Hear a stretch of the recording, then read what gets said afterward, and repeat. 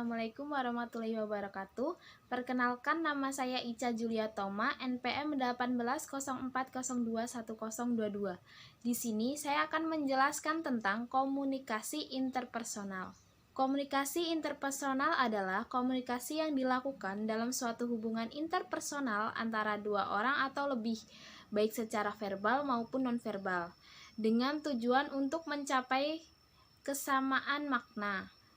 Elemen dalam komunikasi interpersonal yaitu yang pertama sumber penerima, yang kedua pesan, yang ketiga encoding dan decoding. Encoding adalah tindakan memproduksi pesan seperti menulis dan berbicara. Sedangkan decoding adalah tindakan memahami pesan seperti mendengarkan dan membaca. Yang selanjutnya yaitu media. Media yang dimaksud yaitu media yang digunakan untuk menyampaikan pesan tersebut, untuk menghubungkan antara sumber dan penerima. Dan yang selanjutnya gangguan. Dan yang terakhir umpan balik. Persepsi interpersonal adalah memberikan makna yang berasal dari seseorang yang berupa pesan verbal maupun nonverbal. Kecermatan dalam persepsi interpersonal akan berpengaruh terhadap keberhasilan komunikasi. Yang pertama yaitu konsep diri. Konsep diri adalah pandangan dan perasaan kita tentang diri kita. Yang selanjutnya yaitu atraksi interpersonal. Atraksi interpersonal adalah kesukaan pada orang lain, sikap positif dan daya tarik seseorang. Komunikasi interpersonal dipengaruhi atraksi interpersonal dalam hal yang pertama, penafsiran pesan dan penilaian, yang kedua, efektivitas komunikasi. Hubungan interpersonal dapat diartikan sebagai hubungan antara seseorang dengan orang lain. Hubungan interpersonal yang baik akan menumbuhkan keterbukaan seseorang untuk mengungkapkan dirinya. Semakin cermat persepsi, semakin efektif komunikasi yang berlangsung. Faktor dalam komunikasi interpersonal yang menumbuhkan hubungan interpersonal yang baik yaitu yang pertama, percaya. Kita harus percaya terlebih dahulu, kemudian sikap sportif, dan yang terakhir sikap terbuka. Tujuan komunikasi interpersonal yaitu yang pertama untuk belajar. Belajar komunikasi interpersonal membuat orang dapat belajar memahami orang lain secara lebih baik. Dan yang kedua, membina hubungan. Yang ketiga, mempengaruhi. Maksud dari mempengaruhi ini yaitu komunikasi interpersonal dapat mempengaruhi sikap dan perilaku orang lain.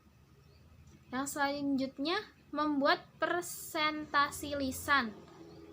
Membuat presentasi lisan yang baik bukan hanya menyampaikannya dengan baik, tetapi juga melibatkan pengembangan strategi yang sesuai dengan audiens dan tujuan, berisi konten yang bagus, dan mengatur materi secara efektif.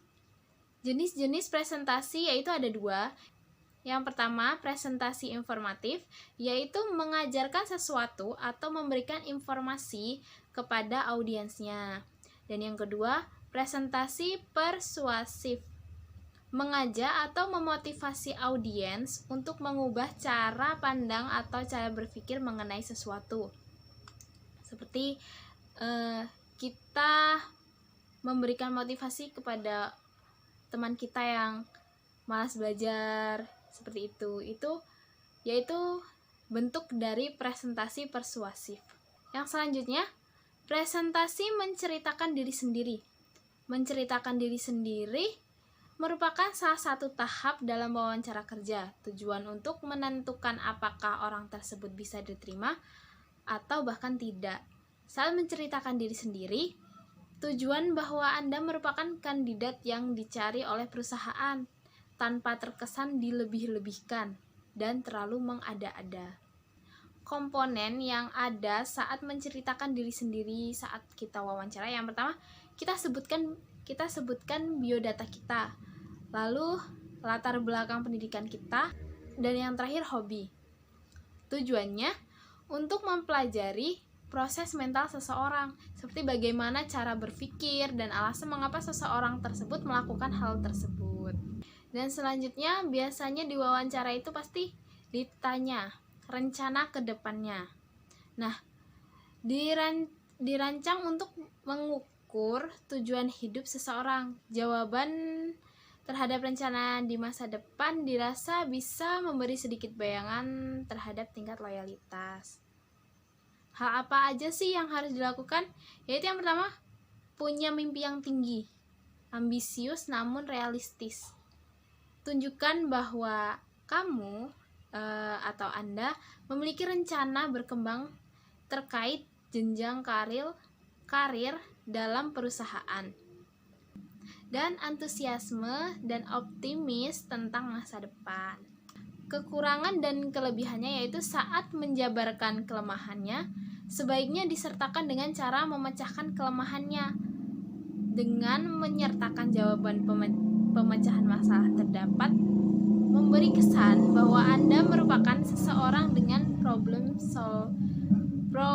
solving yang baik. Saat menjabarkan kelebihannya, sebaiknya